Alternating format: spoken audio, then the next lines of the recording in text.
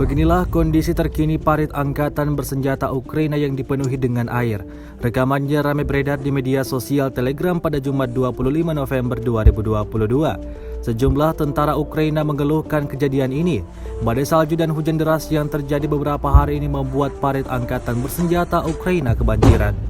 Sehingga parit tersebut tak dapat ditinggali lagi tentara Ukraina. Tampak tentara Ukraina sesekali melempar batu ke dalam parit yang sudah menjadi sebuah kolam itu. Hal itu dilakukannya untuk melihat seberapa dalam air yang telah merendam tempat persembunyian mereka tersebut. Penting untuk dipahami bahwa kekhawatiran cuaca buruk tidak hanya dialami angkatan bersenjata Ukraina, namun juga angkatan bersenjata Rusia. Karena semuanya akan tertutup salju dan tanah akan membeku jika cuaca seperti ini masih terus berlangsung.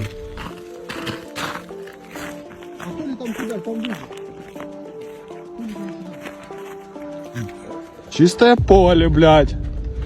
Наши позиции сейчас покажу, блядь.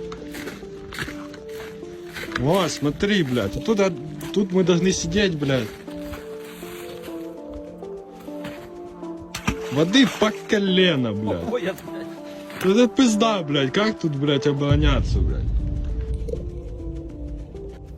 Rusia melaporkan secara total 333 pesawat Ukraina, 177 helikopter, 2.558 kendaraan udara tak berawak, 390 sistem rudal anti pesawat dieliminir sejak awal operasi khusus. Dari kubu Kiev, Kementerian Pertahanan Ukraina melaporkan 310 tentara Rusia dieliminir dalam 24 jam terakhir. Total 85.720 prajurit Rusia meninggal sejak awal konflik hingga hari ke-275.